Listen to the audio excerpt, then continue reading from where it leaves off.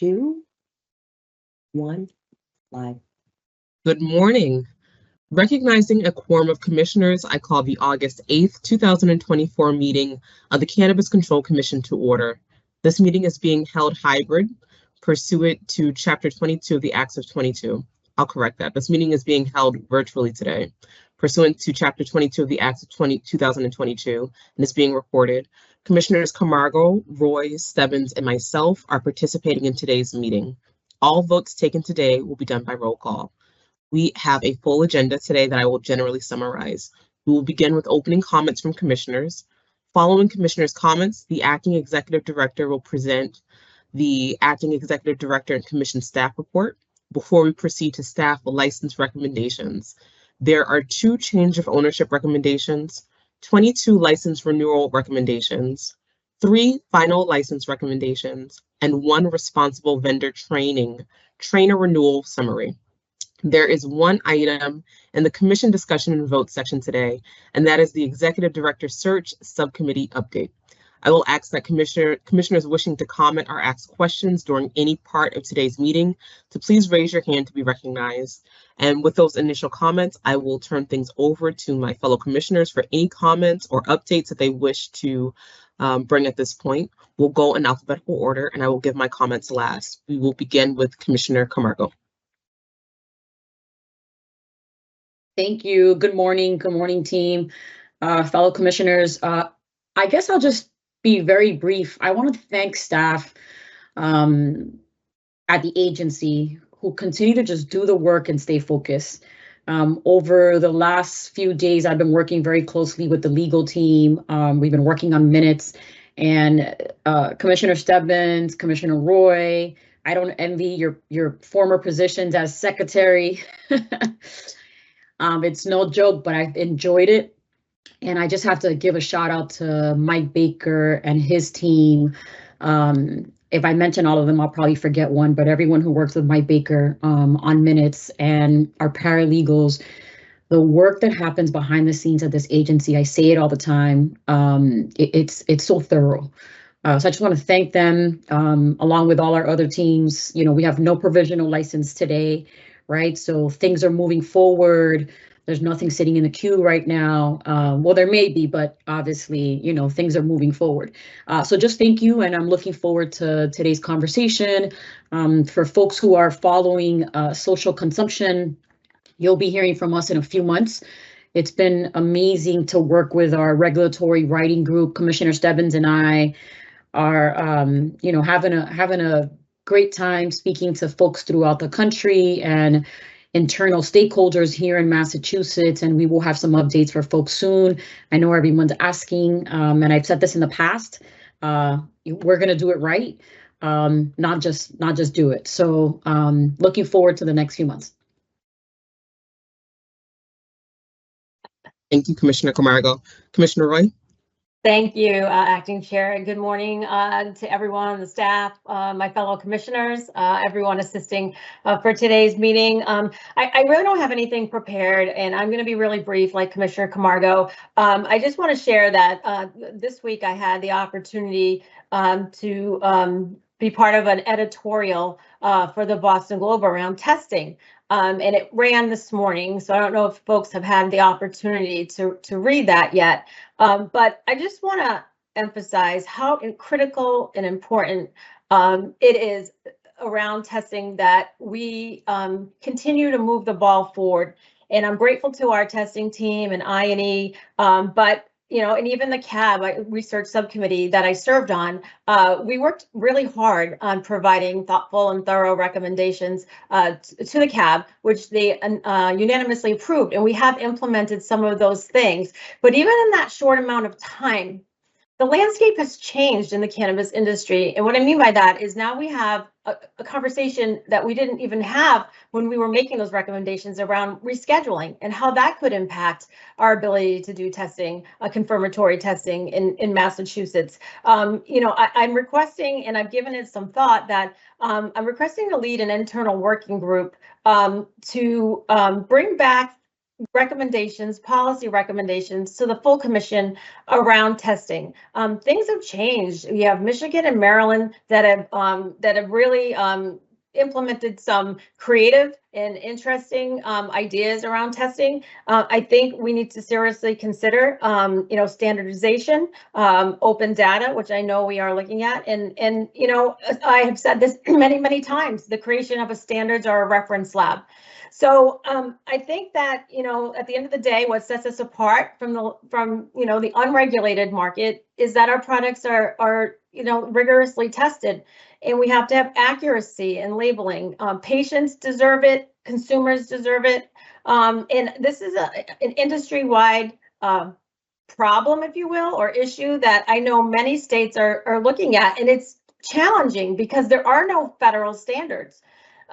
As a Schedule 1, and right now you have, I don't want to, maybe a hodgepodge, but every state has different rules around testing, and there's no national standards. So I want to just commend our team, and we prioritize public health, public safety, and welfare, and I want folks to know that.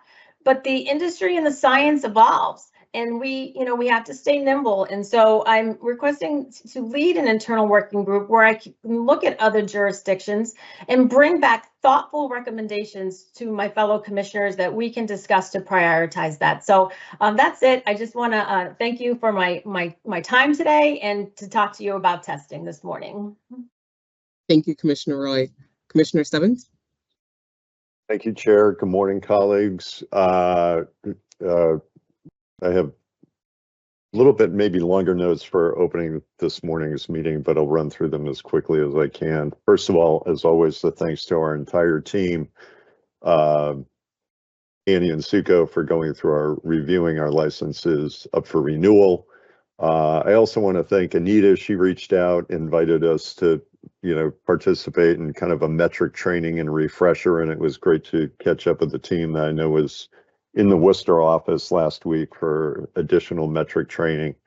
And on Monday, I got to be a little bit of a bystander, watch our team go through some refresher training. I think with our, hopefully I'm getting his new title right, but our Director of Training, Armand Annis, they were reviewing some sample HCAs. So always impressed with the ongoing work that our team continues to do. Working with our Director of Gov Affairs and Policy, Matt Giancola, to participate in a couple of tours and possibly a roundtable at the invitation of State Representatives Sabadosa from Northampton and Representative Shan from the North Shore. Thank you for reaching out and connecting, and looking forward to both those visits and getting those schedules now that the legislative session has ended. Circling back a little bit of an update, I don't think we've had a chance to talk about the feedback we got on the accounts receivable issue. We had 53 comments that came in, 37 from licensees. Just a general reminder, the email went out to 1,697 recipients. About 65 or so may have clicked on the survey. We had 532 web page views with about 41 clicks. So a total of about 2,229 folks got the email or opened the link on the website. And we had about, I think if I do my math right, about a 2.5% return. I think all of you have been shared the spreadsheet from Government Affairs with the comments that we received. Need to circle back with my colleague Commissioner Roy and our team to consider options for discussion at a future meeting about some of the suggestions that came in. Continuing to work on the letter with the no communities with Commissioner Camargo. I want to thank a group of delivery operators who shared some language with us, again, all in an effort to help make outreach to those no communities more effective. We still have some other stakeholder engagement to do. But obviously, they're interested, in expanding their market opportunities. We have that mutual interest, but we're also, I think, more importantly, working to help dry up the illicit market that continues to have a foothold in no communities. I also want to offer a quick shout out to the town of Bourne. not only did they recently approve a question to end their restriction on cannabis businesses, but they followed up in July with approving a social equity strategy that we all know is required now under Chapter 180, that the town feels even goes further and seeks to promote opportunities for women, minorities, and veterans. So appreciate the town's efforts. Certainly encourage the town of Bourne, other communities, West Springfield, that take these steps to reach out to government affairs teams so we can update our zoning tracker, and also obviously encourage our government affairs team to reach out to those community when they see these types of news stories come through our feed, to confirm any changes. And lastly, just had a great call this week with one of our newer members of the CAB, Ellen Brown. She is on the market participation CAB subcommittee, and she wanted to walk through a number of ideas that she wants to bring back to the full subcommittee. So I think that covers it. Thank you, Chair. Thank you, Commissioner Stebbins. Good morning. So I'll start off with saying good morning again. I wanted to start off today by thanking the members of the legislature, and also the members of the industry who have been meeting with members of the commission over the last several weeks to share thoughts on the state of the agency and also on the impact of recent changes here on the industry as a whole. You know, it's important to note a few things. You know, we as an agency, we're looking forward, we're continuing to evolve, and it's really important and key that we listen and accept constructive criticism and adapt based on those needs of the industry, the things that we can actually control and what we can do here within our current capacities and our regulations. I wanted to send my particular thanks to the members of the Massachusetts Cannabis Coalition, including Ryan Dominguez, Peyton Schubrick of Six Bricks, Dwan Packnett of Sierra Naturals, Jeff Harold and Samantha Woodman of Garden Remedies, former Commissioner Kay Doyle, Jim Smith. I'm going through my own memory. There were so many more, but so many more for meeting with me last Friday for a really honest, in-depth discussion about the commission and the regulatory changes that they hope to see in the very near future. So I wanted to share some of the issues that they shared with me that they see as being really key and timely. Some of those issues included permitting discount advertising on licensee websites, so changes to our advertising rules, reducing the number of badges required for each agent, 2-to-1 delivery for third-party transporters, and testing. And I believe that in our own capacities, we've met with several different people in the industry, and there seems to be an alignment with the priority issues that are listed time and time and again. And it's important to hear that and to see that there's a commonality. So we know what we're looking at and what those things are that are really impacting people who are working throughout this industry and continuing to do their best to thrive. It was really timely, and it was an important discussion for a number of different reasons. We have a lot of things that are coming down the pipeline.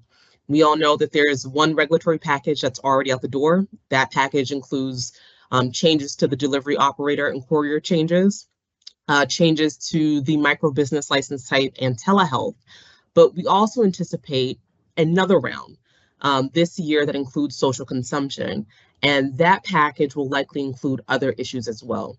So I think that it's important for us to have these conversations during this time so that we have a good understanding of what also needs to be wrapped into that package.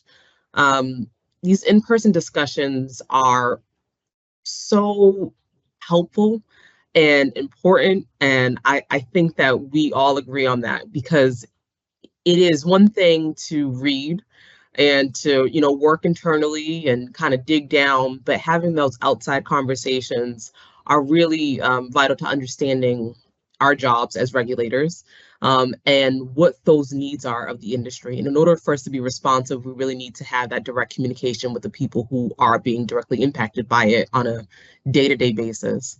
That was the rationale behind the Martha's Vineyard hearing. That's also the rationale behind our upcoming hearing in Great Barrington with outdoor cultivators. I want to, again, extend my special thanks to the Sun Grown Cannabis Alliance. They met with Commissioner Camargo and I, and they generated this idea around having another hearing, a conversation that's focused on outdoor cultivators and their needs.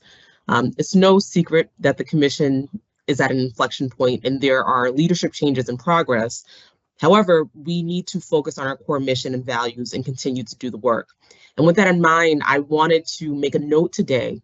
You may have noticed that there's already sort of an increase in these hearings, but I will be working with staff to organize regular listening sessions throughout the Commonwealth to generate more direct dialogue, to give the public a greater opportunity to speak directly to commissioners, to the agency as a whole, because it's one thing when we hear some, information in our separate capacities, but I think that it is so important for us to be in a room together and receiving this information, and also making sure that the public is aware. There's this idea that commissioners are not as accessible or approachable, but so much of what we do relies on that direct dialogue. And I want to increase that so that we are generating that back and forth. We're getting more information. We're being responsive. And I believe that we have in smaller silos. I have plenty of one-on-ones. I have 3-on-ones, 4. There's a lot of conversations, but there's a larger group of people who are not as vocal. And they will show up every once in a blue, but sometimes they do not even come to these roundtables. So the hope is to have listening sessions that are broader, that generate more members of the industry who may not otherwise attend a roundtable or reach out to us directly via email or call, to really give them an opportunity for that back and forth and be really upfront and forthcoming about the work that they want to see, but also the work that we're doing internally. So I'll be sure to keep you all informed. That is the conclusion of my opening comments. I want to thank everyone again. The last few weeks were a lot of really, really needed conversations. So I really appreciate that, the honesty both ways, because I gained a tremendous amount from having those conversations. I get the impression that everyone who attended, who's been, meeting with me in these conversations as well, has gained a lot, and that's what we're here for. So we want to continue to see that happen. With that in mind, I will now turn things over to our Acting Executive Director and Chief People Officer, Deborah Hilton Creek, for the Acting Executive Director and Commission Staff Report. Good morning. Thank you, Madam Acting Chair. I really appreciate everybody's comments, commissioners' comments.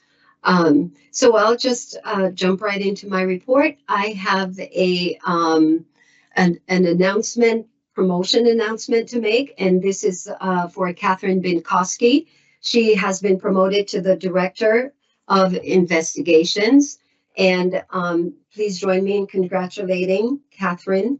We are happy that she accepted the role, and just looking forward to continuing to work with her.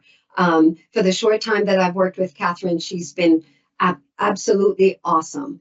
And I think you all would agree with me. She's very good at what she does, a very great support system for the CIE and for the rest of the team. So welcome, Catherine, to the new role, and we look forward to all your accomplishments. So no, yeah, I know. Congratulations. I asked Paul, I said, is there a way for us to put confetti when we're celebrating the staff? And I haven't seen that yet in technology, but I'm sure it exists. However, so I'll move on. So here, I just wanted to report on this because a couple months back, there were some questions regarding the posting of positions within the agency. And I think there was also, if I recall correctly, that there were concerns around the number of open positions within the commission. And I just want to address this a little bit because I think that the work that goes into recruitment is really complex.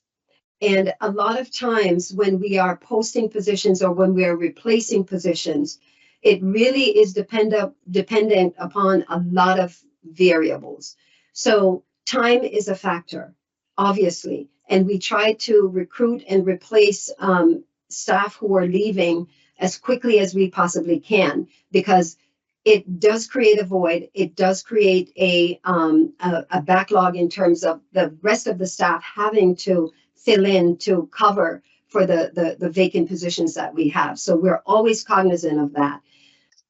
Some of the other variables I talked about also in the ED search is that, you know, when we're interviewing, we never know if candidates are going to be available. We may have to extend out the interview process time. If we hire someone who's already working, they may have to give 3 or 4 weeks, notice. And so it's not as easy and as fast as most people who are not working in the human resources field to understand. So I just want to try to preface this report with that. Right now, we have about 15 acceptances. One of the 15 acceptances is in a counteroffer. This means that when we made the offer to the candidate came back with a counteroffer in terms of salary. So 15 acceptances right now. The column on the far right shows screens, interviews, pending offers. And as you can see, we have a communication specialist role that's in the interview process right now. Executive assistant role that's in the interview process right now. They're right. I believe that the human resources team is scheduling interviews for the executive assistant. The deputy general counsel is in the interview process. Digital and creative media specialist.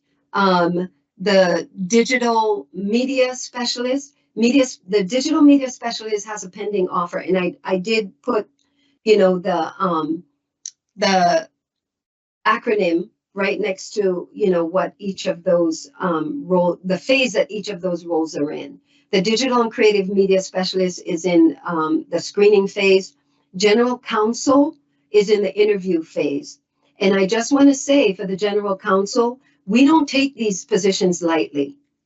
We don't take any of our positions lightly. And from my perspective as a CPO, when we interview or when we recruit for top talent. And if it means that it's going to take an additional 2 or 3 weeks to bring in top talent, we are going to take the additional 2 or 3 weeks. And the reason for that is because if we don't bring in the right individuals with the right talent for the positions that we're seeking, we end up going through this vicious cycle. I am not a warm body CPO recruiter. I don't recruit for warm bodies. I recruit for talent. And so it's worth it to take the time to get the right individuals in the door. I just want to put that out there because, when you see in the media, they have 23 positions open, they have no idea what this means. And this is not the first time in the commission's history that we've had, 20 or more positions open.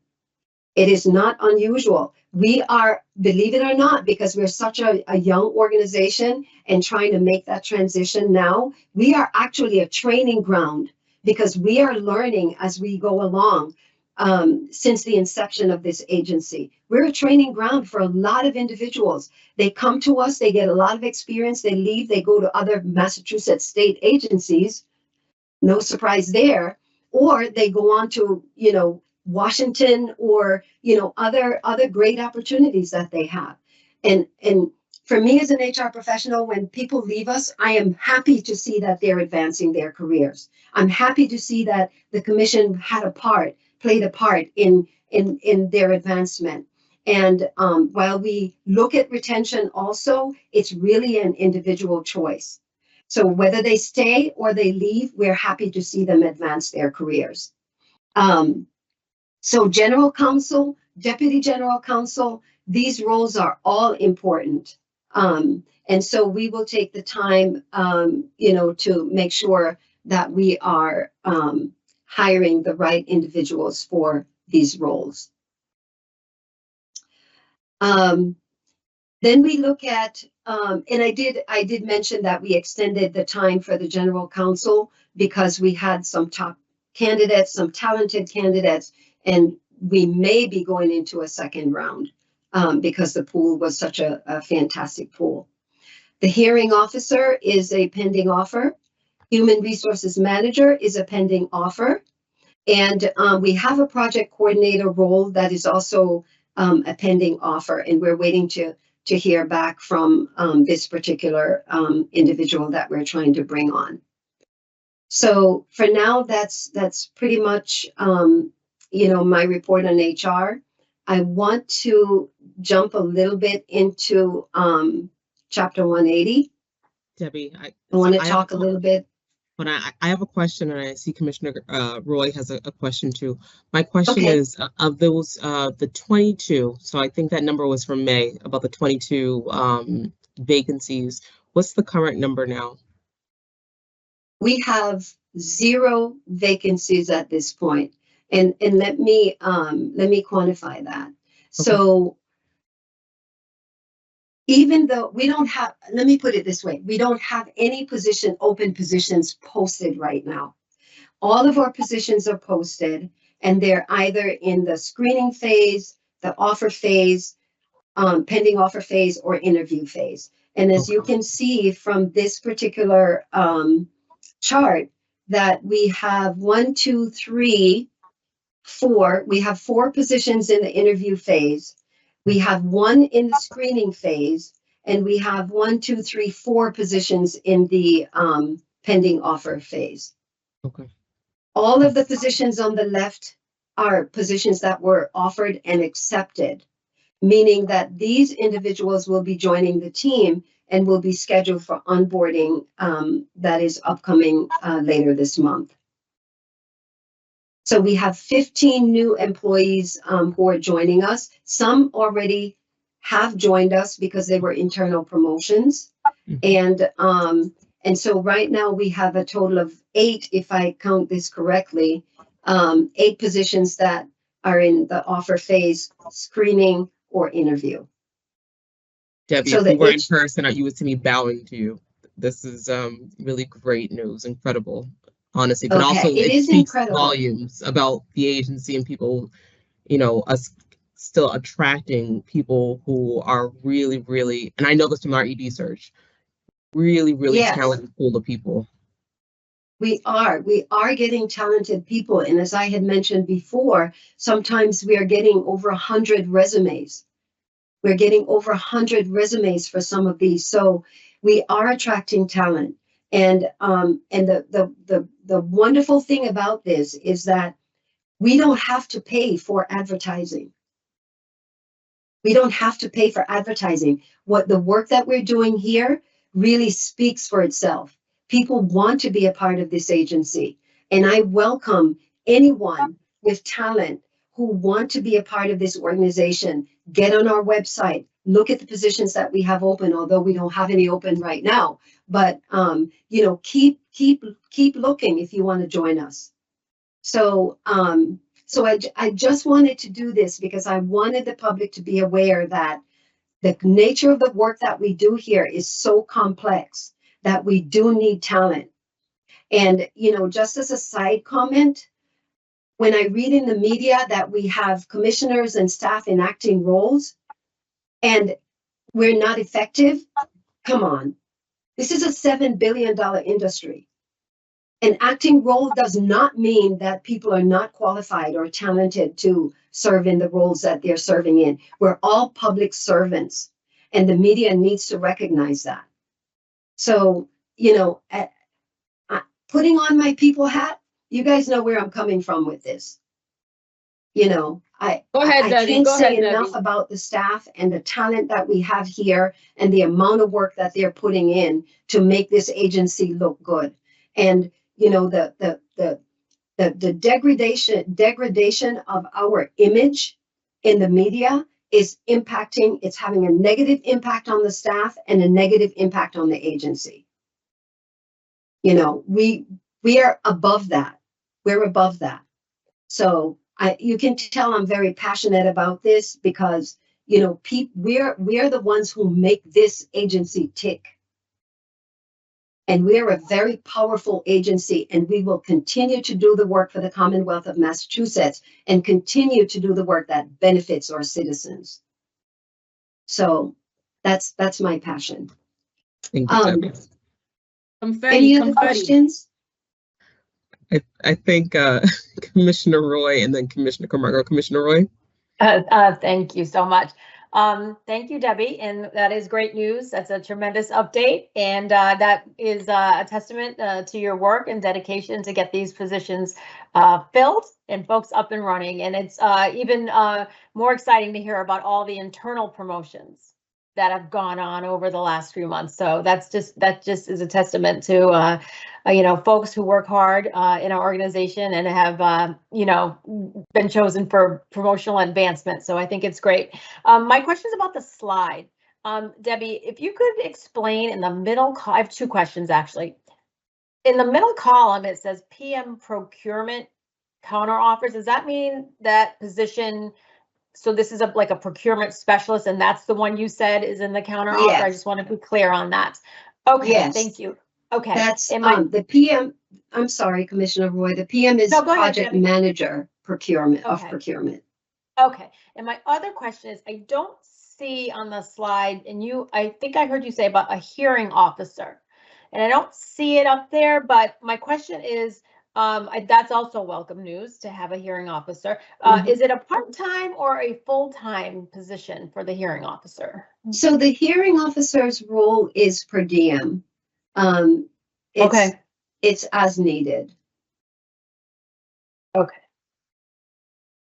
Thank you. Those are my questions. And the reason, I'm sorry, the reason that wasn't on there was because when I created this slide, I didn't have the information that I was looking for, so it's not on there. But since creating the slide and since last night, actually midnight, I added my comments to my own slide because I wanted to make sure that, you know, that was up there as well.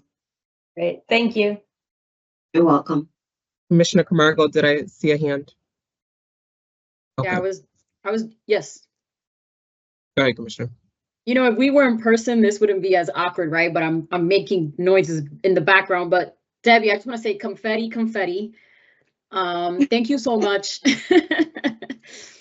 Thank you so much for what you said, right? It is so important for folks to hear that, especially our team. You said midnight. That means that other folks are working to midnight with you, right? So again, thank you. And I'm gonna quickly just take this selfish opportunity to just kind of run some names down really quickly because I couldn't say them in the beginning, but I said Mike Baker, Michael Brenquist, Donald Hubbard, Ivania Corrales Solis, Rachel Ferreira, and Brendan Pauly on the legal team. I just want to give an extra shout out to them because they've been working nonstop till midnight over the weekend with migraines to make sure that we got all our minutes in order. And it's to your point, Debbie, in terms of the work that we're doing and, you know, all the positive stuff that's happening here, regardless of the image that folks are trying to portray. So thank you so much. I really appreciate that as a commissioner, as leadership at this agency. And yeah, I just wanted to say that. So thank you. Thank you, Commissioner Camargo. I mean, the floor is still yours. So I think you probably have some more updates. I do. Okay. And I just want to give a shout out to the HR team because, you know, and I know especially Miss Sanchez is watching, so I can't slip up because I'll hear about it. But I want to give a shout out to the HR team because they really have each other's backs when it comes to recruitment. And, you know, they drop everything to be all in to make sure that we're grabbing talent when they come to us. So, so thank you. Thank you so much for the comments. We really appreciate it. Okay. All right. Thank you, Madam Acting Chair. I think now I'll make my comments about Chapter 180. And I think elements of the Chapter 180 implementation will also be covered later in this meeting. So the Chapter 180, just a quick overview, and I know it might not seem quick to a lot of people, but it'll be quick for me. The Chapter 180 project team has really been working, very diligently behind the scenes, and they've completed multiple deliverables. As you know, it had been reported on previously in phases 1 and 2, including one of the biggest part of Chapter 180, of course, the host community agreements and municipal equity requirements. So, for example, licensees and municipalities are entering into compliant HCAs, which is just fantastic news for the agency.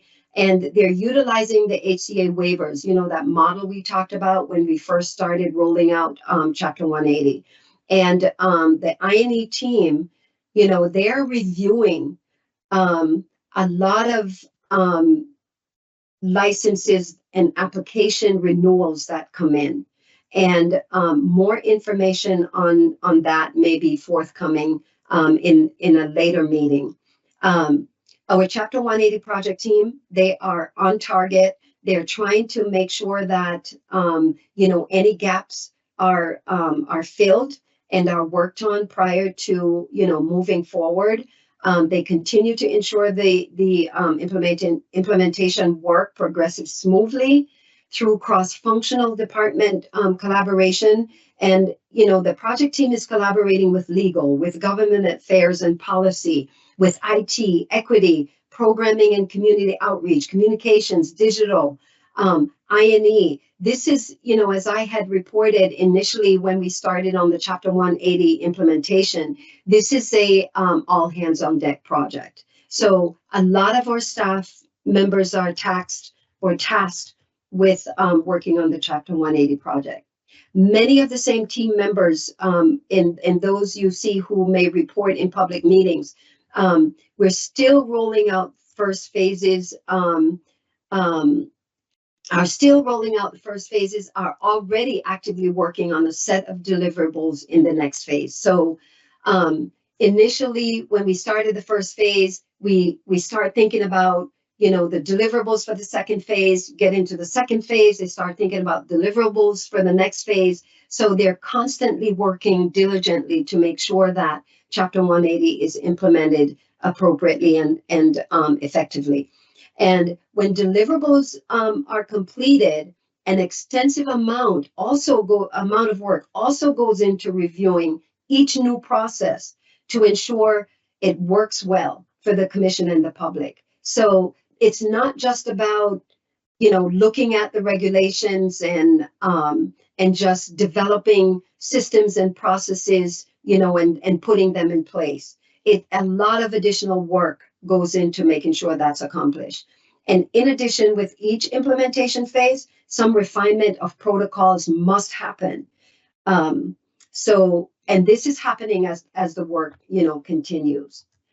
They're ensuring new protocols are effective and incorporated into the agency's day-to-day responsibilities. This also does not mean that normal work processes are stopping. The staff continues to work in many ways to enhance the implementation of Chapter 180.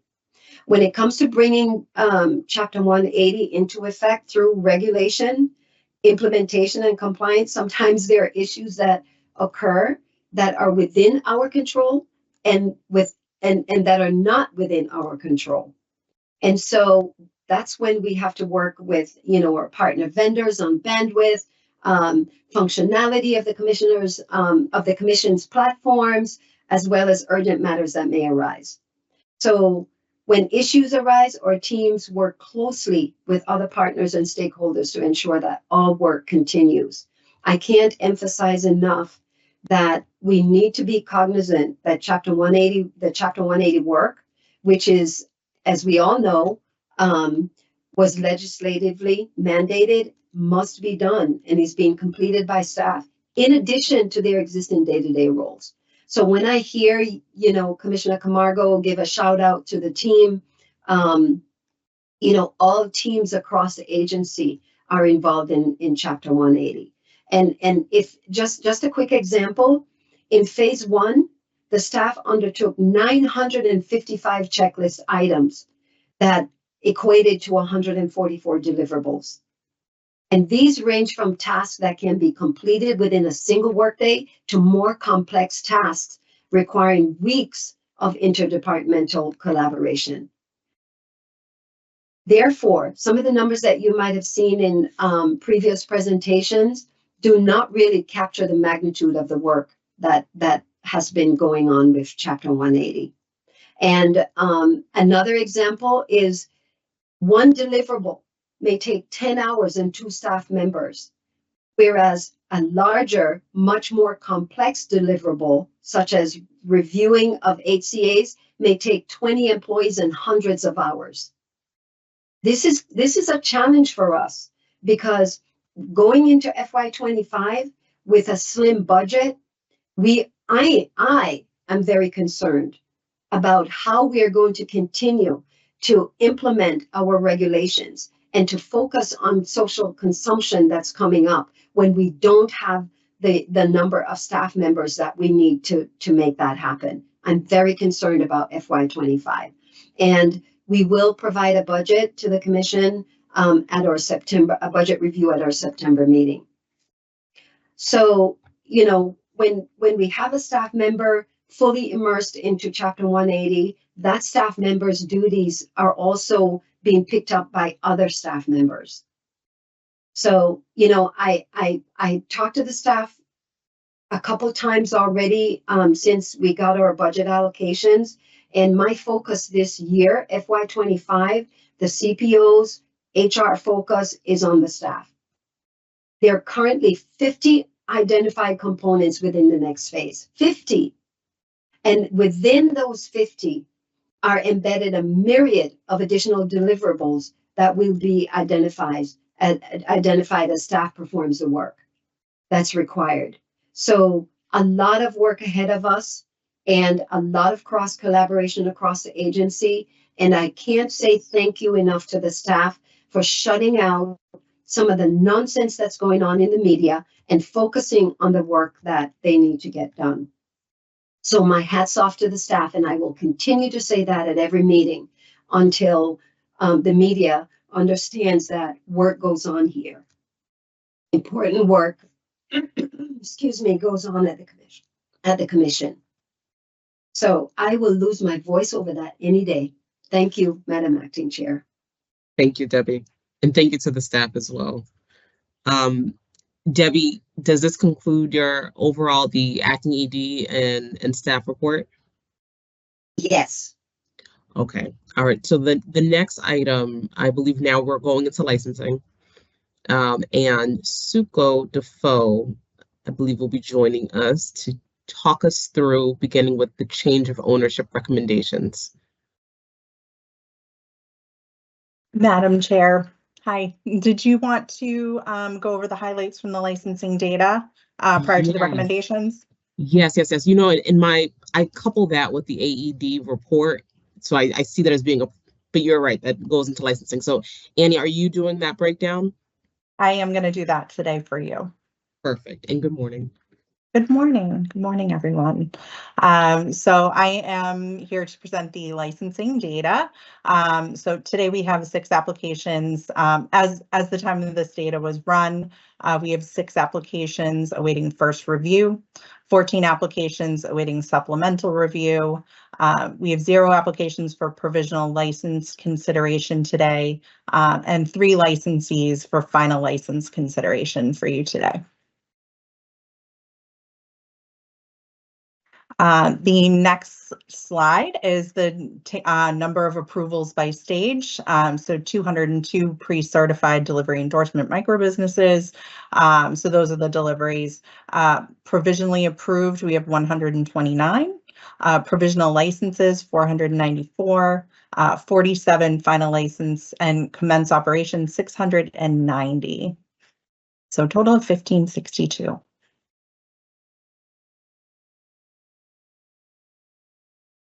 And then we have the licensing applications. So right now, pending applications, 210, pre-certified endorsements. We've had 202. The initial licenses declined 5, that has not changed. Provisionally approved 129, provisional licenses 494, final licenses 47, and commenced operations 692. So again, those numbers for you. And I think the next slide is something that was requested at the last public meeting, which is date to first review to final license. So Derek was nice enough to create this for us. So it's basically a time frame of the amount of time from when they submit their application to how many days. The second column is average time for original submission to first review. So when they've originally submitted their application, it goes into the queue before a licensing specialist reviews it for the first time. You can see that it's significantly decreased over the years. 2024 to date, we're averaging 4.37 days. Up from our highest, which was 116 days for a first review, original review. From there, average time for from provisional approval to final license. Again, that has also decreased from 477 at the highest to 226, 17 days. For 2024, we don't have sufficient data to provide those numbers to you, but we can certainly update that as we move. Hey, Annie, I have a few questions. Really, one large question. Can you just explain what goes into that process for the team from provisional approval to final license? Like, what are some of the factors that weigh in and impact that time? From provisional approval to final license? Yes. So from the licensing side, you know, when an applicant submits their application for the first time, it goes through the very first intensive review, which can take, you know, about 3 to 4 hours per application, going through every single document they've provided to us. From there, the application will get reopened and RFI is sent, and then when they resubmit, that's where that supplemental number comes in, is they've resubmitted for a second or third review. Once we review everything from for compliance from that side, then we would deem the application complete and notify the applicant at that time. At that time, they're instructed to conduct their required background checks, fingerprinting, and a notice actually goes out to the municipality as well. The municipality has 60 days to respond to us. So once everything has come back and no adverse information is found, then we recommend that for a final license at the next provisional license at the next public meeting. At that time, you know, the provisional, so if there were provisional licensees today that were being approved, you know, licensing staff working in the background to send those approvals out same day of the public meeting. And included in that packet is a post-provisional license inspection request form. I don't know if we have Catherine that wants to, if she's available, or if anyone from inspections wants to talk about that part. Do you see? Good morning, everyone. Good morning, Catherine, and congratulations.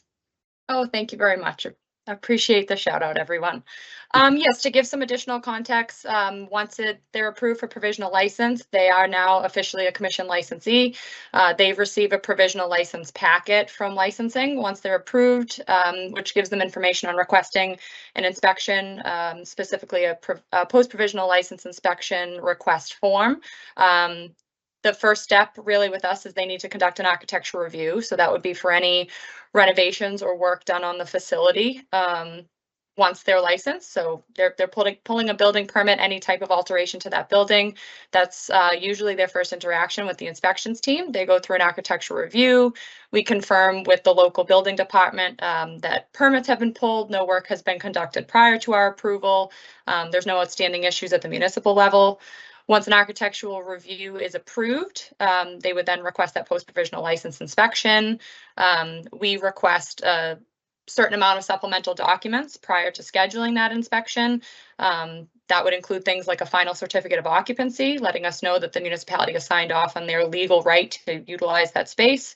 Once we have all the documents that are requested, and that request is complete and reviewed, we do conduct an interview with them as an introduction to their lead, knowing who their new point of contact is. Really just asking them all questions about their business plan. And then at the end of that interview is when we set up that mutually available inspection time. We conduct an on-site inspection for general applicants. That typically occurs within 8 to 10 weeks. For expedited or priority, it's within 4 to 6 weeks. Inspection timelines can very much vary based on licensee readiness. There are many times a licensee requests an inspection, but they don't have a certificate of occupancy. For example, they're not necessarily ready to have us on site. We conduct that inspection. Any deficiencies that are observed, we would issue a notice of deficiency and work to get the licensee in compliance. Once they are deemed compliant, we would then write that report and recommend it to the full commission for a final license. And once they have that final license, they would go through the inspection process again when they're allowed to have product on site. Catherine, this might be a good time to bring up. So one of the things that I received from the input was around the licensing process and sort of receiving explanations of common things that occur that are reasoning for a prolonged investigation, a prolonged process. And one of the suggestions was to create an FAQs page here at the commission, just outlining some of the common questions that occur and the common responses. I want to flag that for you, and we can have a conversation about that. But I thought that it was a good idea to have sort of that landing page so people understand, common issues or questions that come up throughout the process and how people can anticipate them and not run into those problems before time, so it doesn't extend the amount of time it takes for them to become operational and commence. Thank you for sharing that. And certainly I'll discuss with Chief Kamalo in terms of that. In terms of an FAQ, the post-provisional license inspection form that they do submit, they do need to attest that they are compliant with certain subsections of our regulations, which if they opened up would bring them to the requirements. I do think we may have some form of FAQs. We do, just in the investigator or compliance officer role, need to ensure we don't cross over into consultancy. We want to provide customer service where we can, but at the end of the day, our job is to assess for compliance and notify them of that. And the notices of deficiencies, for anyone that has seen them, they do also serve as an educational tool to really try to explain it in simple terms to the licensee, what the regulation is, what this means, why this is a deficiency. And we do, I think for most of our licensees, they've been very receptive to that and happy to work with us. But yeah, happy to, any additional recommendations, happy to take it offline and work with Chief for anything additional that may be needed. But we do certainly provide customer service and answer questions, where applicable for the licensees. Right. And then that wasn't, I think that was clear. Like individual licensees, they do receive a response, they do get that, but it was sort of the idea of having a common and open landing page. So, but yes, to the team's credit, absolutely. That was some of the feedback I received as well. It's just, that is given and understood. But for those who are going through the process, who haven't experienced a hiccup, how do you avoid those hiccups? And I see Commissioner Camargo's hand. So Commissioner Camargo. Thank you. Great slide. This is really good. I don't assume that we're going to show this slide every month, but I'm curious if we can include this slide like every 6 months or something like that. I don't know. You guys can go back and talk about it, but I think this is very good for the public, for us. When folks ask us, or it's out there in terms like, oh, my license is, these are taking, this amount of time. This is just a great educational slide. So I'm just curious, we definitely should have it back, but I don't think we need it every month. So that's just my thought. And thank you. Thank you, Commissioner Camargo. Are there any additional, oh, sorry, Commissioner Roy, you on a different page. Commissioner Roy. Yeah, that's okay. Thank you so much, Acting Chair. Thank you so much for this slide. I had actually, I was the one that requested it, and I want to thank Derek for putting this together as well. And it's highly informative, and I just want to like drill down a little bit on it. So if you look at the year 2020, so you can see from the year prior, the average time for original submission went down from 116 in days to 20 days, which is phenomenal. And then what I'm reminding folks is if you go to the next column, that the average time from provisional to final went to 519 probably because of COVID, right? Because COVID was 2020. And so that's probably skewed the numbers way up. It was harder to probably, as we all know, to do things during that time. So I'm going to guess that's why that number, the days ballooned up somewhat in 2020, probably carry over a little bit into 2021, and then they come back down in 2022 to 381 and then 226. So without COVID, and we always kind of say this takes about a year, right? We always say to go through the process. So I think that kind of validates it. And I think it went to 391 probably because of COVID during those years, but this is super helpful. I agree with Commissioner Camargo. We probably don't need it every month, but a couple of times a year to see, if we have 2024 data at that time would be helpful. But this is great educational slide for the industry and for commissioners. Thank you. And Director Benkowski, so Catherine, I'll ask you to come back on the screen. Could you put a note in? And I want to just make sure you're able to respond to that too. So she has some additional information that would be helpful as well. Sure, yes. And Commissioner Roy is correct. Due to COVID, when COVID first began, there was a cease and desist by the governor at the time regarding adult use licenses. Whether it's cease and desist or emergency order, the correct wording of it, adult use licenses were required to be closed because they weren't deemed necessary. MTCs were allowed to be open. I think they were closed for at least 2 months, but during that time, inspections of adult use licenses wouldn't have occurred because they weren't allowed to be open by governor order. So Commissioner Roy is correct that COVID certainly would be part of that uptick. Thank you, Catherine. And thank you, Commissioner Roy, for flagging that and expanding on it too. I think that is helpful to know. I'm just shoot around to make sure I'm not missing any hands. Okay, Annie, please proceed. I actually think this might be my last slide. I do think that I'm passing my presentation over to Olivia Koval to go over some HCA numbers for you. Okay, sounds good. Thank you so much, Annie. And thank hello, you. Olivia.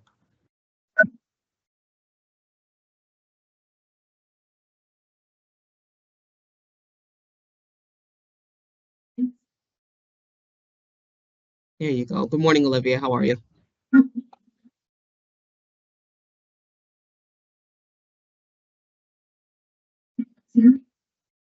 It's a little difficult. Oh no, I can't hear you at all.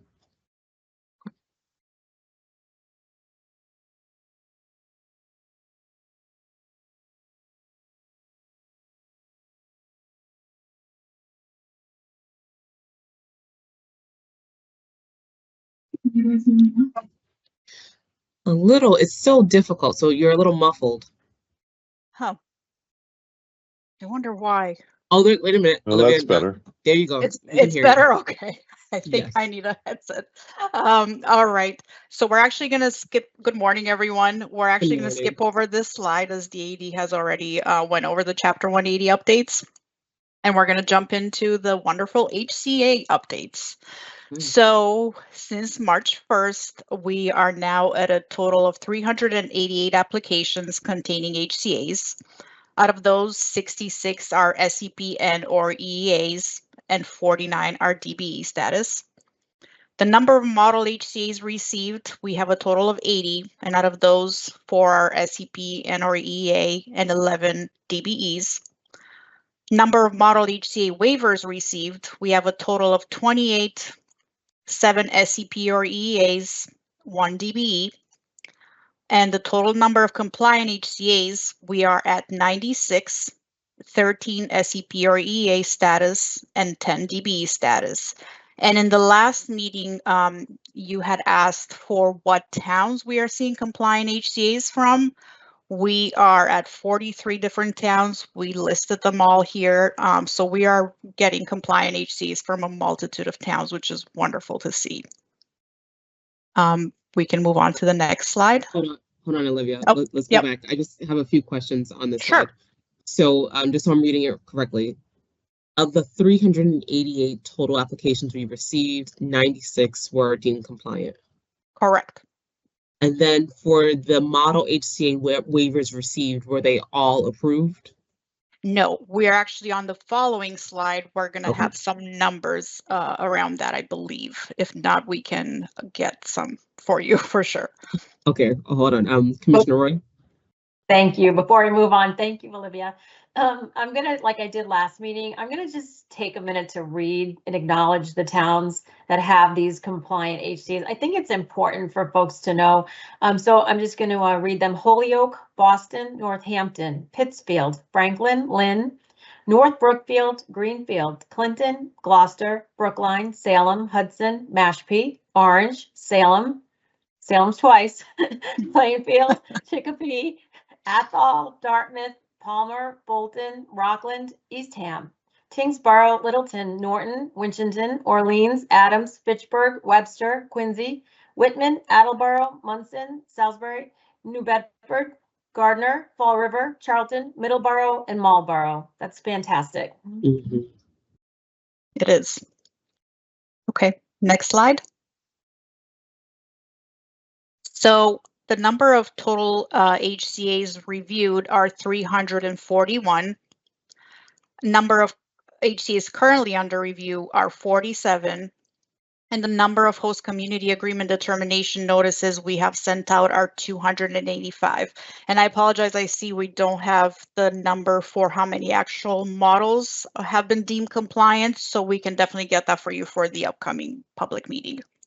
And Olivia, for the determination notices, is there an explanation provided about, if there is a denial or, if these HCAs are deemed non-compliant, are they receiving the basis or why? Okay. Yes, it outlines the regulatory provisions that have been violated, and it accompanies the HCA with highlights of the provisions that are in question. Okay. Okay, moving on to extensions. To date, we have received 313. Out of those, 305 have received conditional pre-approval. And from the overall, 253 have been granted extensions. Are there any questions? I'm thinking about our last meeting. I feel like this is a big jump. Like there were a lot more now in this number, but I forgot what the number was last month on the waivers. I think Annie might be best suited for that in terms of extension requests. Oh, okay. Catherine just sent a note. She's at 46. Wow, you guys have, okay. Oh, for the models. Mm-hmm. Gotcha. I thought you meant for the extensions. Understood. And I do want to take this opportunity to thank the HCA committee. We had a wonderful team of people that we've been working with within the commission, put together to help review this immense number of HCAs, and can't thank the staff enough because it's a lot of work. Yeah. So. I think that's clear just from these summaries, but I can only imagine when you're going through and combing through all of these agreements. So I know you guys have a lot of work. You've done a lot of work. My hats go off to you all. Commissioner Roy. Sorry, Olivia. Commissioner Roy. Thank you. Yeah, I just have two questions, Olivia, and thank you so much for this information.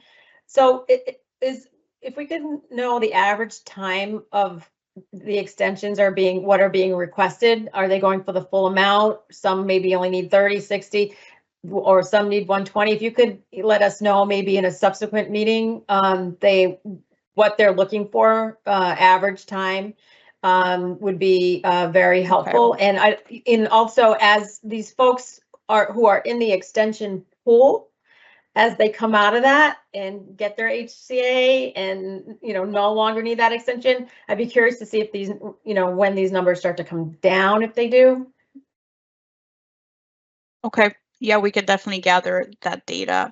And just going back to my shout out, I just wanted to be clear, I want to give a specific shout out to the I&E department for the HCA reviews, because a large portion of it, majority came, the I&E put an incredible amount of work into it. So just wanted to reiterate that. Definitely. Thank you. Commissioner Camargo. Thank you, Olivia. Nice job to everybody. And I know that there was a training, or I think there was a training this week. Just a conversation around host community agreement with the whole teams. Yeah, so thank you for that. I've been hearing from folks out in the industry that some towns are having some challenges with turning these around quickly, because they got to get it to us and all that other stuff. But I'm curious to hear if you all, or I don't know if we want to share or not share, but some of the challenges. And also I'm just curious, what kind of communication or education or are we doing with some of these cities and towns around some of this stuff? Because some of the towns that I see on here, I've heard that folks have had some, bottleneck when it comes to this, because they're not as familiar. So I'm just curious if there's any thought on that. And I don't know who would answer that, but. So in terms of outgoing education with municipalities? Sure, that's one question, yeah. So, we are dealing with questions as they come in. Basically, everybody's receiving them in the I&E department, licensing, testing. Again, all the members are incredibly helpful in fielding these questions and helping kind of address issues as they show up and kind of educate through our responses. But again, trying to ensure, that it's a fine line between providing consultation services and actual education. And can you repeat your other question? Yeah, the other one was just really like, what are the challenges that we've seen, right? In terms of some of these cities or towns that are not on there, and just curious. I mean, I think right now it just seems that, there are obstacles between, we personally haven't heard in the I&E department directly what the obstacles are. I think that's something that I think maybe government affairs hears more about. Usually, so the ones that are not on that list, we haven't received the compliant HCA back yet. So we're not sure what the individual issues are between the licensee and the municipality. That is going on, but that's something definitely I think perhaps government affairs hears more about. That's helpful. Thank you so much. Nice job too, Olivia. Thank you.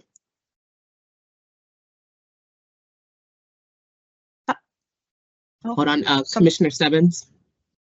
Thank you, Chair. Thank you, Olivia, for this. I just want to be clear, and you can give me some clarity on the extensions.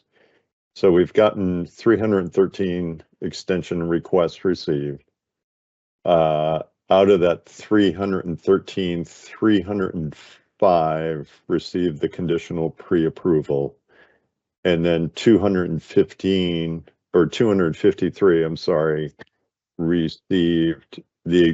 granted the extension request. So if I look between the second line and the third line, there's discrepancy. Yeah, there's 52 that did not get an extension approval. How do we handle those 52? The way the process works is once they are given the conditional pre-approval, they have 10 days to pay the prorated fee. So that means right now that number, either they're still within that 10-day deadline and we're waiting to receive their payment in order to grant the extension, or perhaps they did not pay within the 10 days. I see Annie came on camera, so perhaps she has some more to add. Annie? Yes. No, I came on camera, I might not have needed to. That was very well said, Olivia. Thank you. So Olivia's correct. So that from the time we ran those numbers, from between the 313 and the 305, we were drafting those pre-approval notices at the time.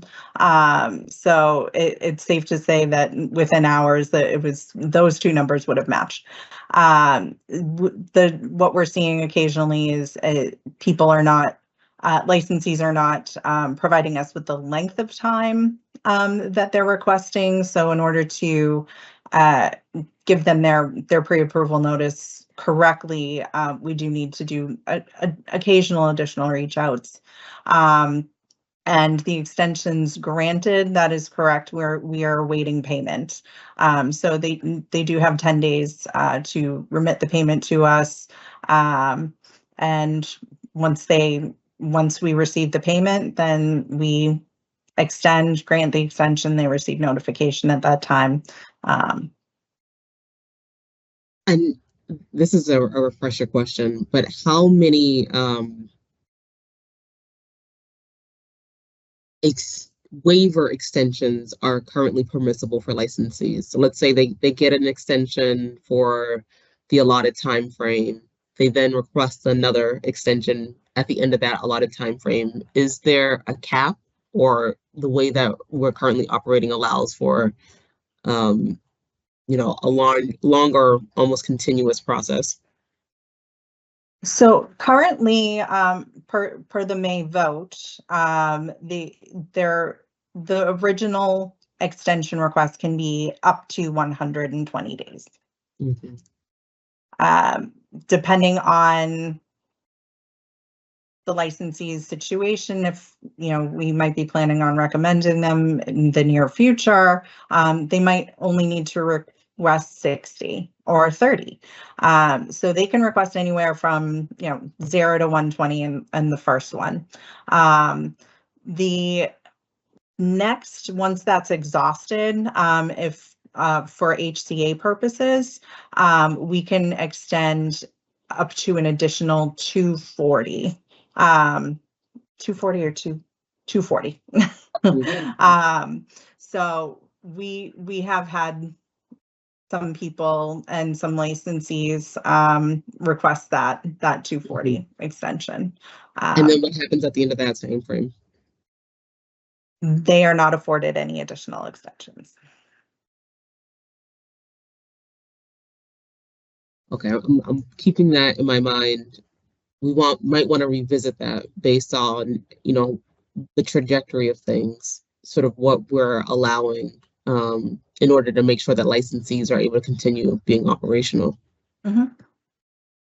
But thank you, Annie. That's helpful to know sort of the span and exactly how long that can continue for. So thank you.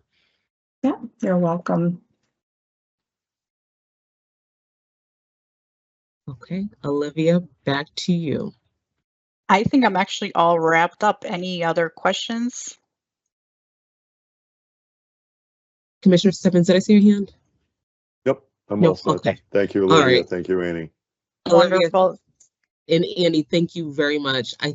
We get a lot of questions on HCAs. I know you all get a lot of, input from a number of different people and questions around HCAs too. So it's really important to have this conversation. I'm glad that it's laid out the way that it is. This is really helpful. Thank you. Agreed. Thank you. Thank you. Okay, so I believe now that brings us to Suko. Staff recommendations on licensure. Hello, Ms. Defoe.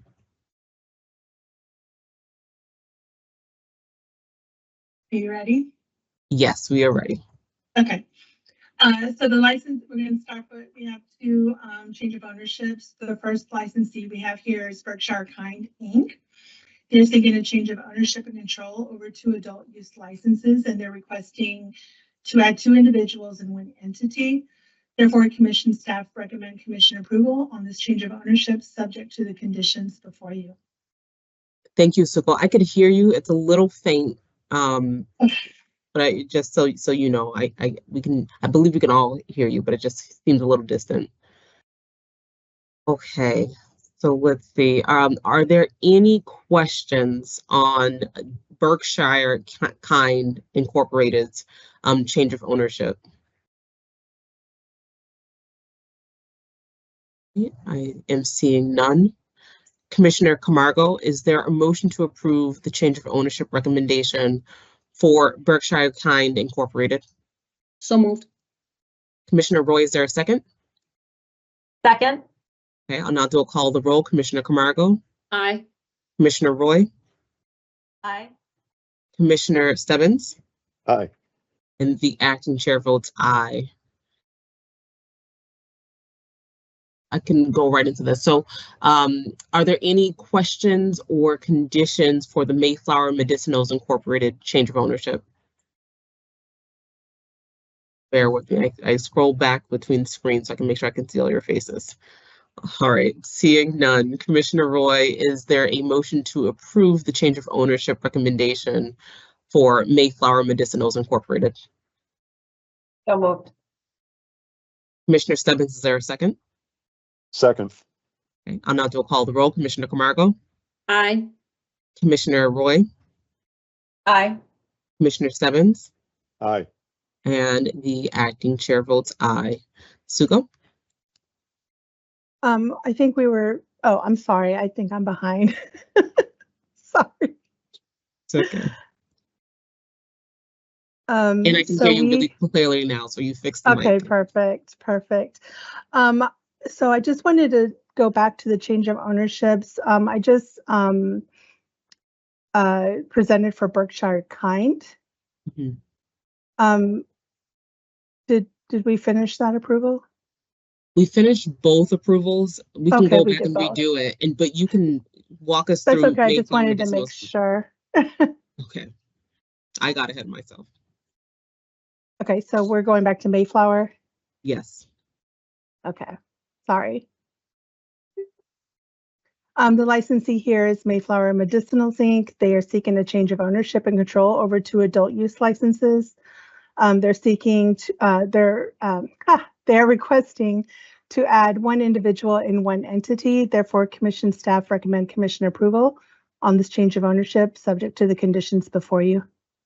Thank you, Suko. And I'll do this again. Commissioner Roy, is there a motion to approve the change of ownership for Mayflower Medicinals Incorporated? So moved. Commissioner Stebbins, is there a second? Second. I'll now do a call the roll. Commissioner Camargo? Aye. Commissioner Roy? Commissioner Roy? Aye. Aye. Commissioner Stebbins? Aye. Chair votes aye. There are 4 in favor, none opposed.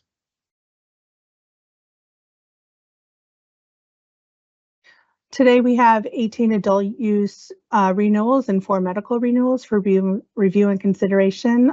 These are normally voted on as a roster. Thank you, Suko. So Commissioner Stebbins has conditions for items 1 and 10. Commissioner Stebbins, is that correct? That's correct.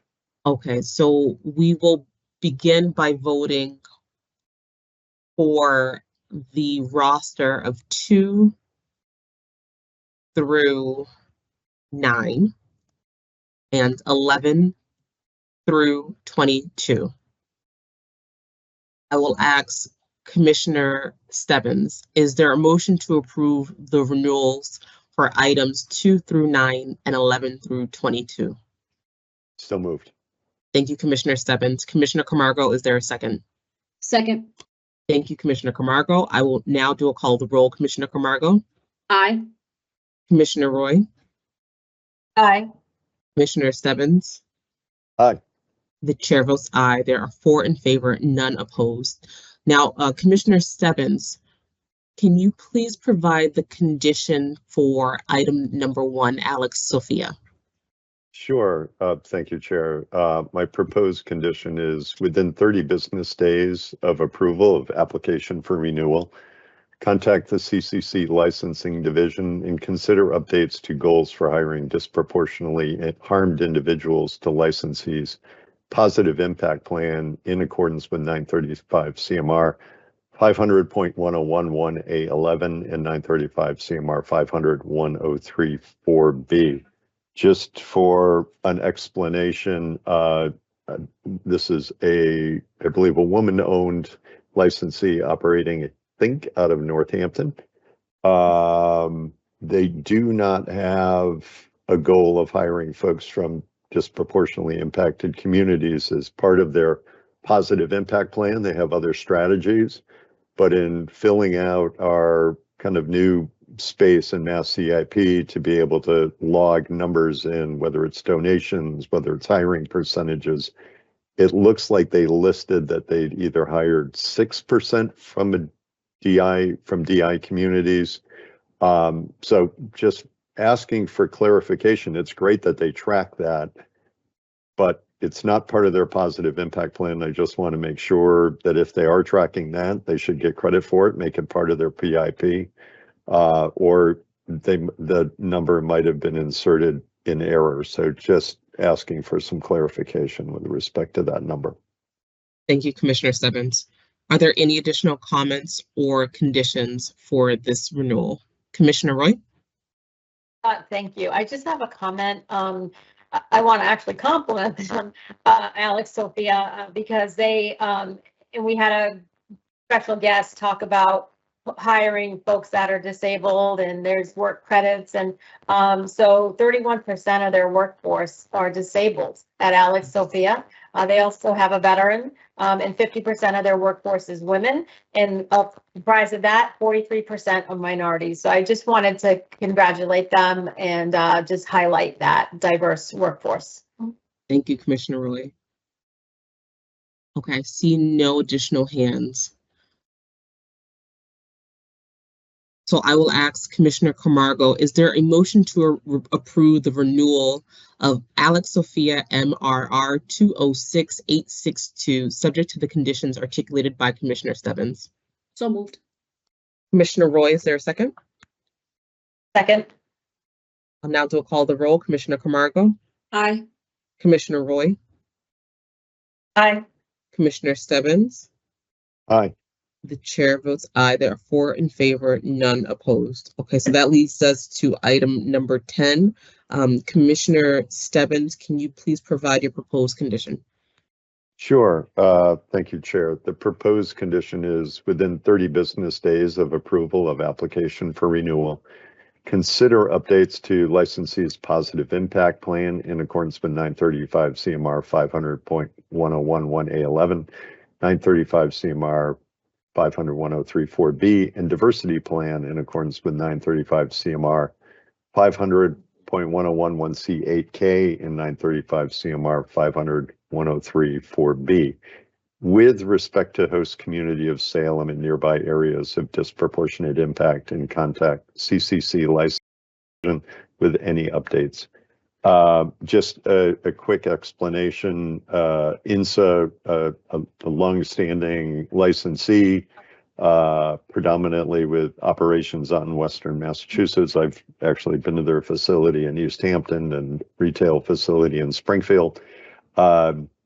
This renewal is for a license that they've had since 2019 in the host community of Salem. And as I was looking through positive impact plan, diversity plan, a lot of the activity is focused on Western Mass. And if they have any updates they want to share about how they're focusing their positive impact plan or diversity hiring goals as it relates to Salem, that would be helpful.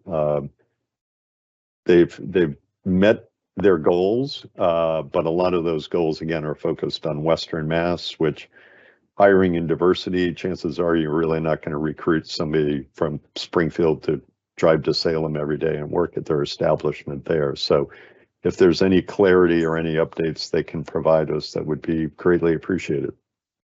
Thank you, Commissioner Stebbins. Commissioner Roy? Commissioner Roy, I don't know. It doesn't look like you're on mute, but I cannot hear you. No.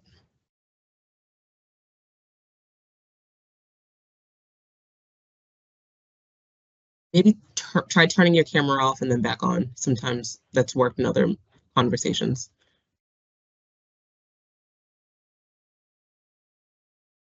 No.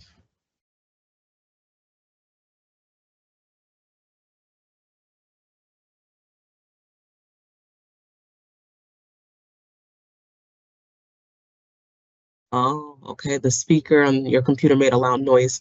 I guess two options. You can either write your comment in the chat or try just leaving and coming right back and maybe seeing if that might help.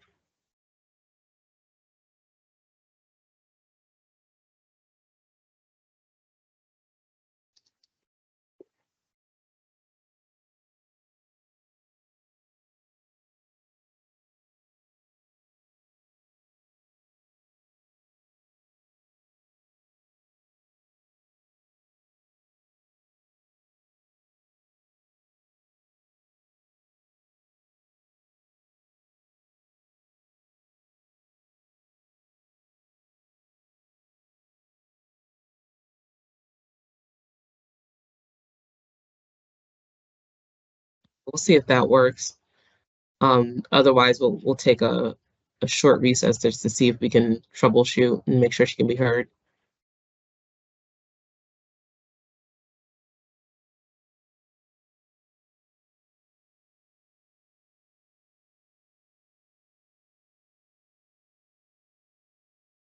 Madam Chair, she also put a comment in the, she said, I'll leave and come back. I can save my comments for after the vote. Okay, thank you, Commissioner Camargo. Okay.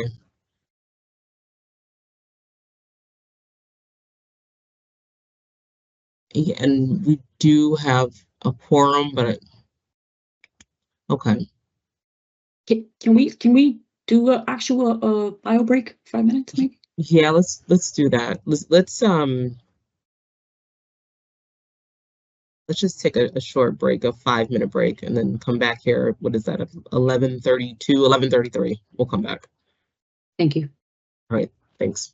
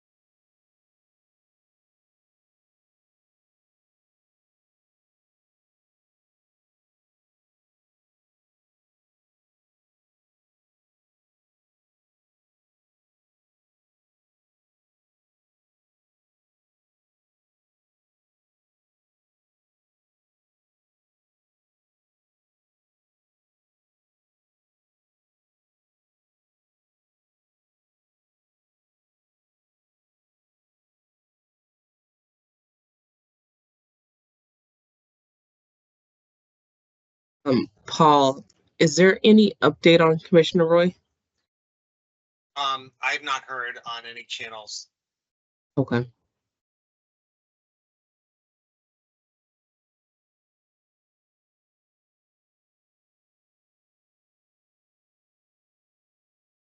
All right, just give me one moment. I will call her.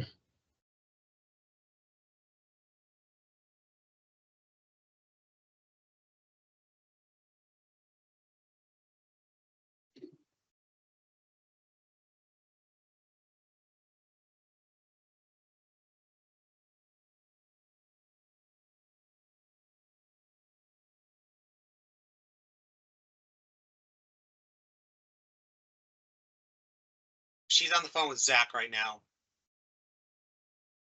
Okay. All right. We'll give 5 more minutes. So let's extend this till 11:40 just to see if that's enough time. All right, so we are on break till 11:40. Perfect.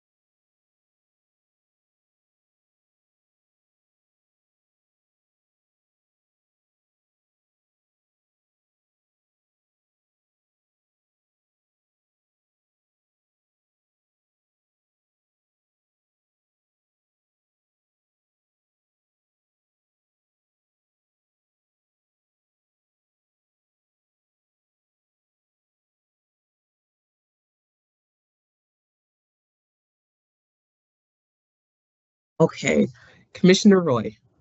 Can you hear me? Loud and clear. Amazing. Okay. And there you go. Thank Okay. you. I just Awesome, want to awesome. I just want to thank Zachary Kreidler, who is our desktop support analyst. He bailed me out. Thank you. Okay, and I see Commissioner Camargo, Commissioner Stebbins, Suko Defoe, are you still with us? I know okay. All right, so I will take this where we left off. We were on item number 10, INSA Incorporated. Commissioner Stebbins, I know you already provided your proposed condition, but do you mind repeating it again for the record?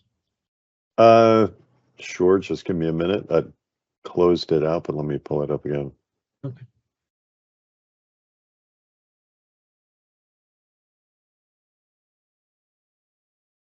Sure. The proposed condition, again, within 30 business days of approval of application for renewal, consider updates to licensee's positive impact plan in accordance with 935 CMR 500.101 1A11, 935 CMR 500 1034B, and diversity plan in accordance with 935 CMR 500.101 1C8K and 935 CMR 500.1034B with respect to host community of Salem in nearby areas of disproportionate impact, and contact CCC Licensing Division with any updates.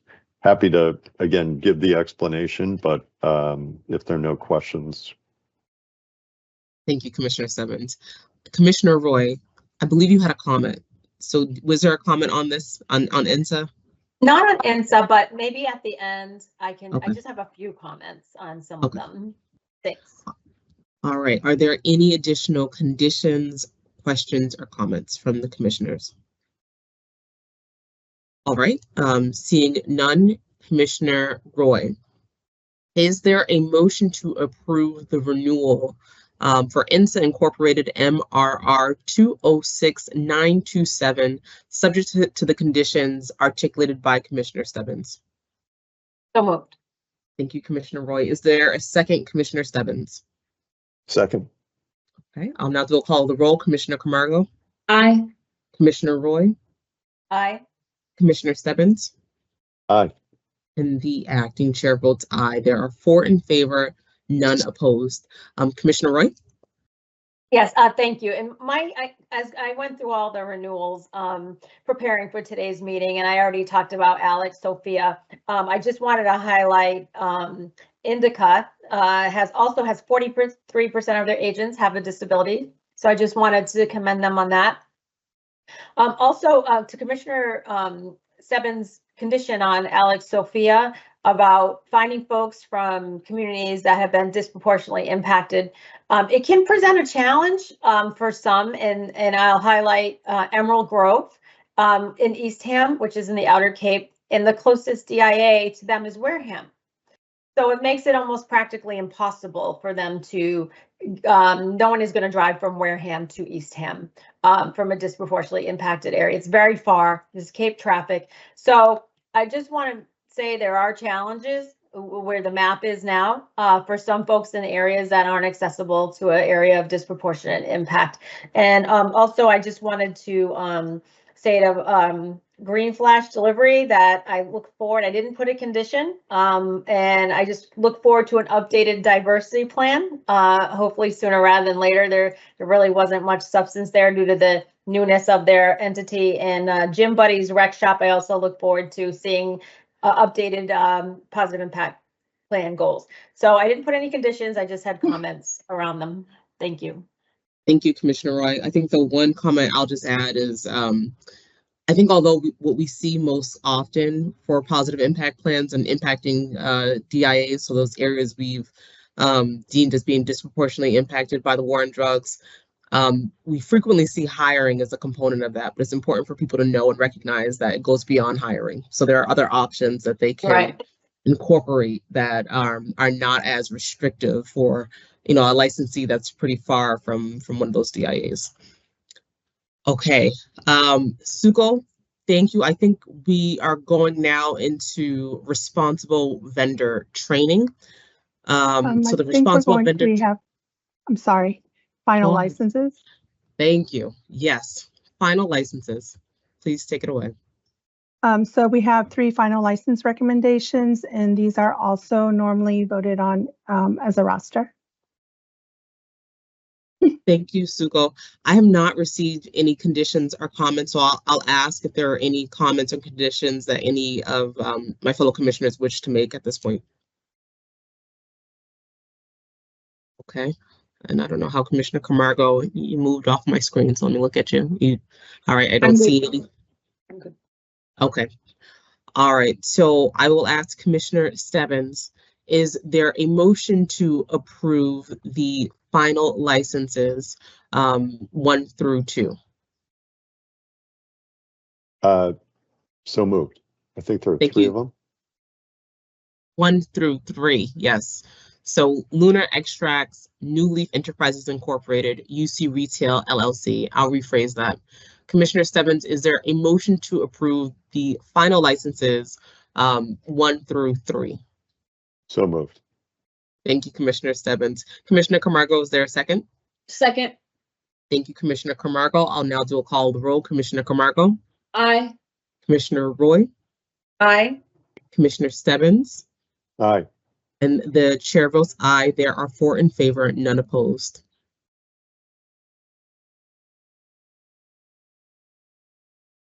Now, Suko, before you walk us through, Commissioner Stebbins, did you want to provide an introductory comment, or did you want to hold off until the end of the vote and motion language? I can hold off until after we take action on this applicant. Okay. All right, then Suko, please. Okay, the applicant here is Grass Ceiling LLC. They are seeking to be renewed for an additional 2 years certification to provide basic core curriculum training in the responsible vendor training program. They plan on providing virtual training environments. Therefore, commission staff recommend commission approval on this renewal, subject to the conditions before you. Thank you, Suko. Are there any comments, questions, conditions on this responsible vendor training renewal? Okay, seeing none. Commissioner Camargo, is there a motion to approve the responsible vendor training renewal of Grass Ceiling LLC RVR 453148? So moved. Commissioner Roy, is there a second? Second. Okay, I'll now do a call of the roll. Commissioner Camargo? Aye. Commissioner Roy? Aye. Commissioner Stebbins? Aye.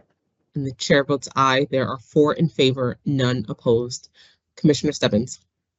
Sure. Thank you, Chair. Obviously, RVT training, big component for every agent who gets licensed by this commission. I had the opportunity to go through 2 of the 4-hour sessions with some of our approved vendors, and doing this is part of our due diligence around potential RVT requirements with respect to social consumption.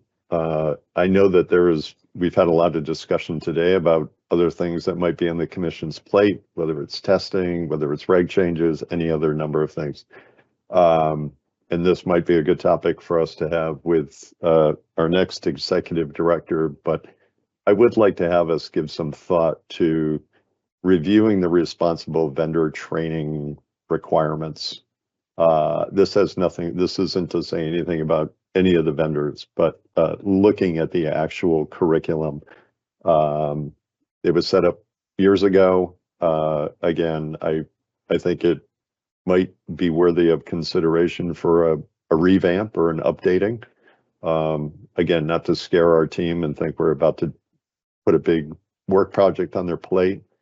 But again, after sitting through 2 of the 4-hour sessions, again, great trainers, they're following what we asked them to teach. But I think it might be time to think about looking at a revamp of what we require, what information is important, what information is necessary, especially to agents who are out there, interacting with the public, touching plant, doing any number of roles and responsibilities within the industry. So just wanted to add that, and again, we can add that to our discussion at a future meeting. I think that's a great idea, Commissioner Stebbins. But that's come up in some of my conversations as well. So I made a note to myself, but please just make sure to remind us when the time comes. And I think at a near future meeting, we should really talk about, you know, what should be sort of fleshed out. What sort of regulatory changes need to be fleshed out. What things are not as time intensive for staff that can coincide with the social consumption changes that are coming down the pipeline. And there are larger items as well, but also just understanding who's taking ownership of that. You know, testing, for instance, you know, Commissioner Roy, you mentioned that today, and that's something that's been a priority on a lot of people's minds for good reason, because of the reasons you've stated about, you know, why people choose to go through the regulated industry in the first place, because they want a safe product. That is something that, you know, it makes sense to begin that work. I won't go on a long tangent, but I just like the idea of us sort of brainstorming now and then at another meeting coming forward and saying, you know, these are the areas that we're focusing on, and this is who is sort of taking it and running with it. So I'm just putting that out there for everyone's minds. I'll stop there. Suko, thank you so much for all of your help today. I'm giving you the floor again for anything we may have missed, any additional comments. But thank you for walking us through the licensing process. Thank you, Acting Chair. I appreciate it. Thank you for having me, and I'll see you next month. All right, that sounds good. All right, thank you. Thank you. Thanks, Suko. All right, so that brings us to the commission discussion and vote section. There's one singular item today on the agenda for discussion and votes, and that is the Executive Director Search Subcommittee update. And our acting Executive Director and Chief People Officer, Debbie Hilton Creek, will give the commission an update. But of course, Commissioner Stebbins and myself, who are also members of that subcommittee, are here to add more context and answer any questions that any members of the commission have about what has happened thus far, where we see things, and sort of what the next steps are. So, Acting Executive Director Debbie Hilton Creek, I see you have joined us. Thank you, Madam Acting Chair. So I'll start with the first slide, and the first two slides are actually, if we can just pause a couple of seconds so people can refamiliarize themselves with where we started. And as you can see, there's an update on the first slide, and will also be reflected a little bit later on. And I believe it's also reflected on the second slide. So if we could go to the second slide, that would be great.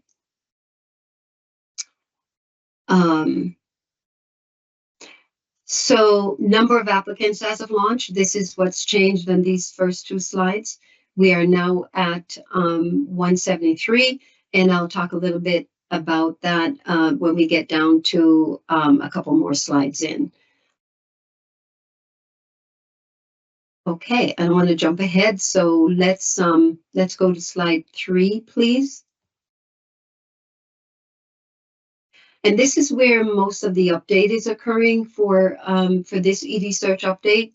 As you can see, on July 28th, the subcommittee met, and basically what we did here, we looked at the recommendations.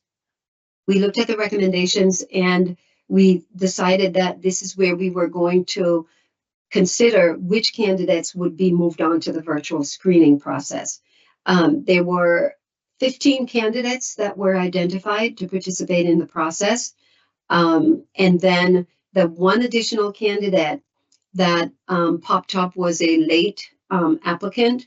And remember, a couple meetings back, or maybe a couple meetings, we at least had a conversation about the discretionary review of individuals who submitted their applications late.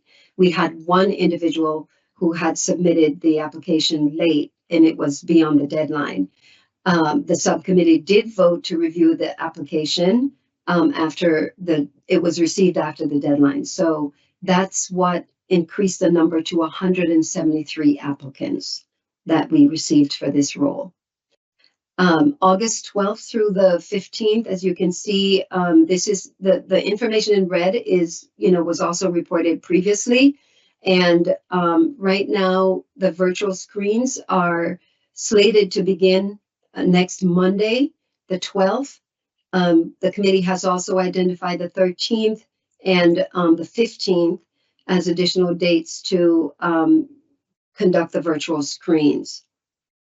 These virtual screens are pending notification to those applicants who are not going to be moving on in the process.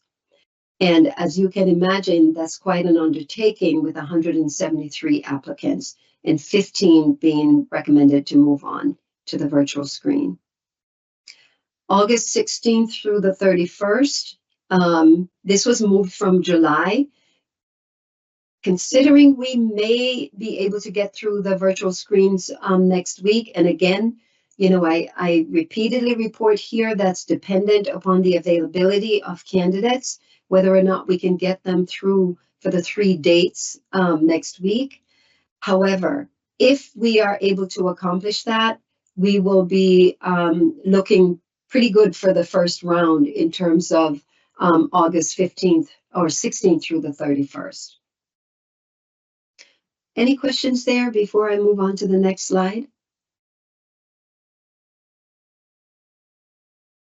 Okay, so we'll go to the next slide. And I just want to say that I just want to bring your attention to the fact that the dates will fluctuate depending on availability of the staff, availability of commissioners, and availability of candidates. So sometimes we may select specific dates and we may identify specific dates for specific activities. It doesn't necessarily work that way. So we have to consider that these dates are somewhat fluid as we move through the process. So I am confident that we will maintain the current trajectory that we have here. Given the virtual interviews, if we can get those done by the end of next week and early the following week, then we should be in a good place. So I am not going to adjust these timelines just yet. We won't know until we get those virtual screenings done next week whether or not we will need to come back and readjust this timeline. Debbie, I have more of a comment, and it's around the first round interviews. It's here listed here September 1st through September 15th, but in the previous slide, and what I believe what we currently anticipate is that would happen in August. So then that would bump up that second round of interviews to the first section of September, and potentially bump the interview before commissioners into September as well. Yes, there's a possibility that it may be pushed to September. And the reason that stays there is because we actually did some catch-up work in terms of getting through the 173 resumes and CVs that came in. So there's a possibility we may be able to, start with the first round in August.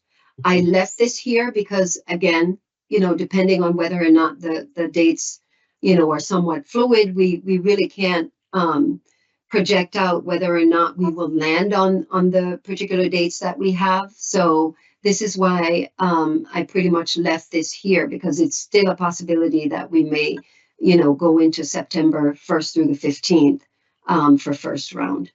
Okay.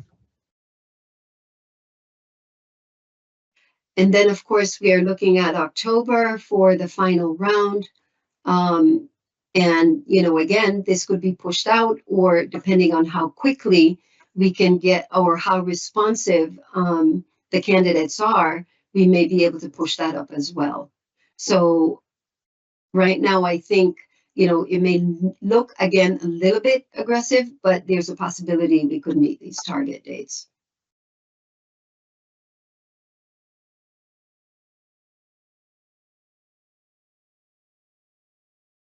Any other questions?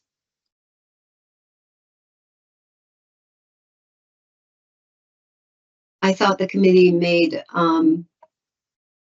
pretty good headway on this, and it was a lot of work. And you know, one of the staff members participating on the committee, on the subcommittee, mentioned, you know, these marathon meetings that we have to get things done. And so I'm very happy to see that the committee has progressed this far from where we came from, and it happened very quickly. So I'm not ruling out that the rest of the timeline can happen very quickly as well. You know, I just want to make sure that everybody understands that it could change depending on availability, but we are doing everything we possibly can to make sure we meet our target dates. And I'm very excited about where we are right now. And, you know, I will add, we're hopeful that by having at least the initial screenings, you know, there's a lot of virtual components here that lends itself to applicants being available and making themselves available for these slots that we have. But, you know, as Debbie mentioned, next week, we're having essentially back-to-back subcommittee meetings to go through these screenings and screen the candidates. Monday, Tuesday, Wednesday, we have a public meeting, but then reconvening on Thursday. There is a potential for an additional date for screens after that, but I'm optimistic. So I will say this, I'm optimistic that we're able to do this within that 3-day time frame.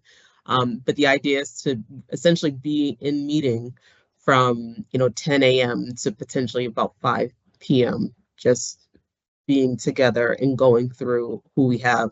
A lot of really good candidates. Debbie, I don't know if you wanted to give the number that we have currently, and then sort of the number we've fleshed down for the next round as well, the ideal target number. But we've done a lot going through the 173 to get us to this point, and we're continuing to progress. My goal, I will say this very openly, I think it's kind of obvious to the members of the subcommittee, is to get into the final round of interviews in September.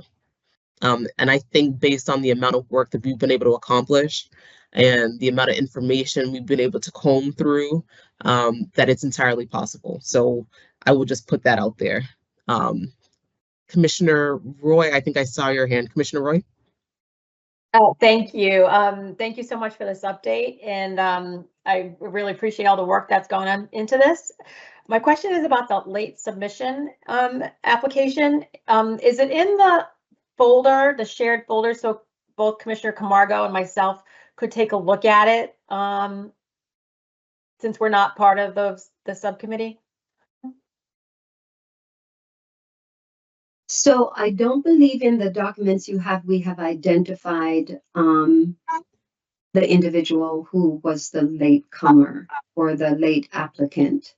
And I think a meeting back, we were trying to avoid identifying our candidates at this point, just to preserve the integrity of the process and also to, you know, to extend the professional courtesy to individuals whom haven't been notified yet about moving on in the process, and to those who will be moving on in the process.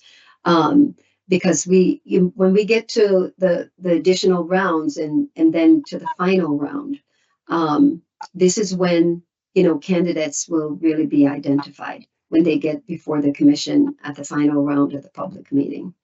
So we haven't flagged that individual. So I'm not sure that the list that are you looking at the list of candidates that were moving forward, Commissioner? Yeah, Roy? I guess that didn't necessarily answer my question. Yes, so the what Wendy had shared, that folder that we can go into. Mm-hmm. So I just want to be able to review the late submission, and how do I identify? Like, I'm sure the subcommittee knows who the late submission was. So for the commissioners not on that subcommittee, how are we able to review that?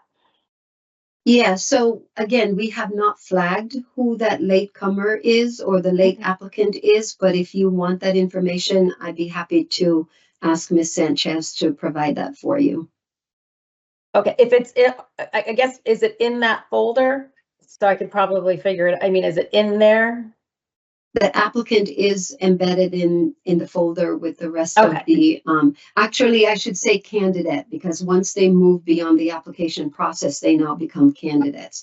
So the candidate that you are inquiring about is among the listed candidates that are reflected on that list. Okay, thank you.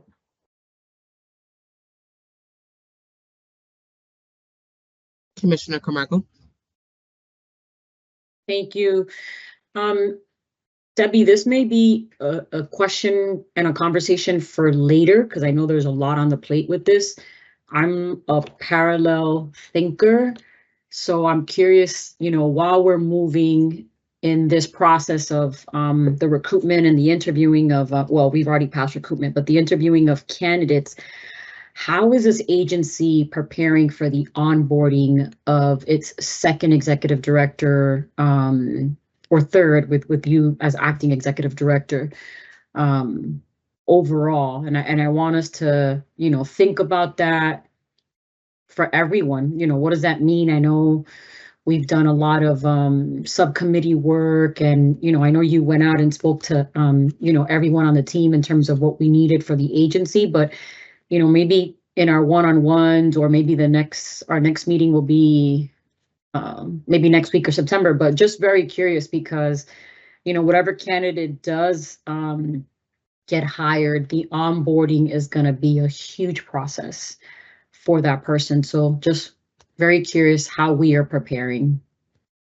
Yeah, and I'm happy to speak to that, Commissioner Camargo.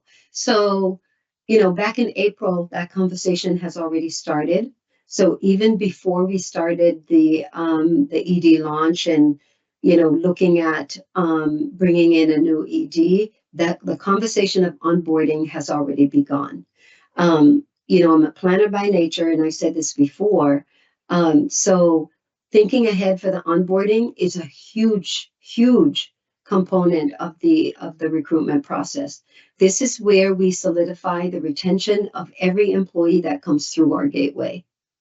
And so we're already, you know, talking about how we're going to onboard the new ED. In addition to your comment around, you know, engaging staff, we have engaged staff in the process. Before we actually launched, we had a basically round table or town hall, whatever you want to call it. We had, you know, engaged the staff in asking, you know, what do you want to see in an ED? What would you like the ED to bring to our commission? So we had that conversation with every staff in the agency. Subsequent to that, we also plan on going back to the staff. And I had shared this with the staff when we met with them, that we would like to know how they can support the effective onboarding of a new ED. So, you know, there are a lot of moving parts to this that, you know, we'll pin down at some point, but just to make sure that you are assured that we have already been thinking about that process and how what that may look like. It will also involve, obviously, commissioners. So at some point, you will get to weigh in on the plan for onboarding and, you know, and to basically provide your approval regarding the onboarding of the ED. So lots to think about. We are thinking about it, and everyone will, you know, will have a stake in the onboarding of our new ED, because I think it's important to the health of the agency and the health of our workforce environment. Thank you so much. That's Welcome. really good to hear. Welcome.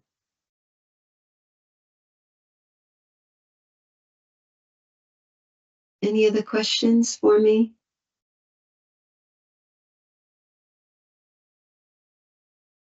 I don't see any additional questions, Debbie. Thank you. Thank you, Madam Acting Chair. And thank you, commissioners. Much appreciated. Thank you. Thank you so much, Debbie. Thank you for everything you do and continue to do, and all of your work on this. Welcome. Thank you. Okay, I will, I believe Commissioner Stebbins, you had a few thoughts that you wanted to share. This was the last component. There's no additional discussion or votes. There's no new business that I did not anticipate, but I wanted to give you the opportunity to provide those comments. Sure. Thank you, Chair, and thank you, colleagues. And thank you, Debbie, for providing the update on the ED search. I forgot to leave this off my opening comments, but as we got into our discussion, Commissioner Roy raised the topic of descheduling and revisiting testing, especially as it relates to the possibility of descheduling of cannabis at the federal level. I had the opportunity last week to speak to a young woman who is in the industry, sees it as her career path, working for a DBE. And she shared the story with me about how her goal is to own a home. And that as she has been trying to go through the mortgage process, she feels that her current job is preventing her from getting a mortgage to buy a home. We all know that mortgages come with backing from Fannie Mae, Freddie Mac, some of the federal agencies. But I wanted to share that story. We've submitted comments in support of descheduling, and I think we've looked at it from a broad industry perspective, even as we've talked about it here today. But this story struck me as that descheduling goes a little bit further than that, and the need to deschedule cannabis, and that there are a lot of personal stories connected to it as well. So I thank you for that. I just wanted to add that it was kind of an eye-opening conversation for me to have, but I appreciated that this young woman working in the industry brought that forward. Certainly worth exploring and potentially seeing others that might have shared that same experience. But, as we've talked about, these are licensees paying taxes. These are individuals who are paying taxes. The federal government has certainly said, don't give us the money, but the current federal prohibition certainly has some obstacles and limiting factors that they're not only placing on legitimate businesses, but certainly on individuals that are seeking a career in this industry. Thank you, Chair. Appreciate it. Thank you, Commissioner Stebbins. Thank you for sharing those thoughts. So our next meeting is next week on Wednesday. We will be meeting in the Worcester office. This will be hybrid, so anyone who wants to join us in person will be there. Anyone who wants to join us online can do that.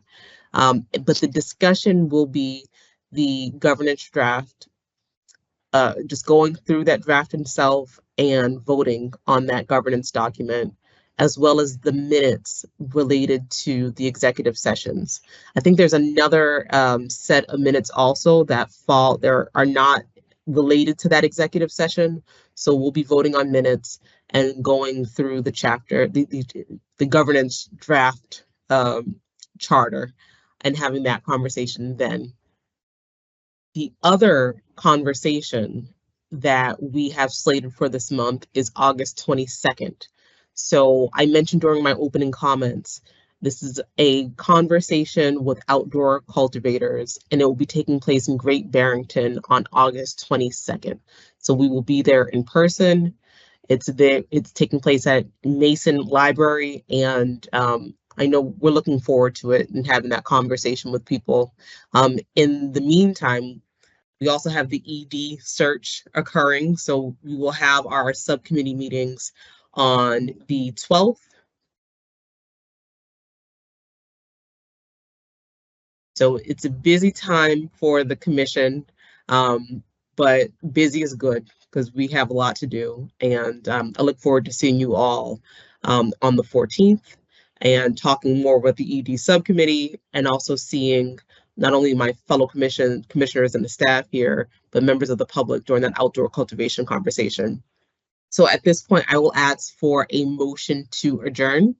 Is there such a motion? So moved.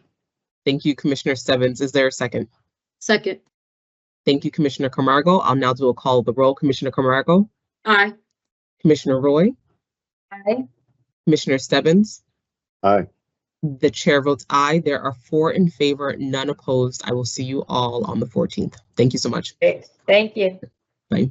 Thanks, everybody. Great job. Bye. Bye, everybody. Thanks, everyone.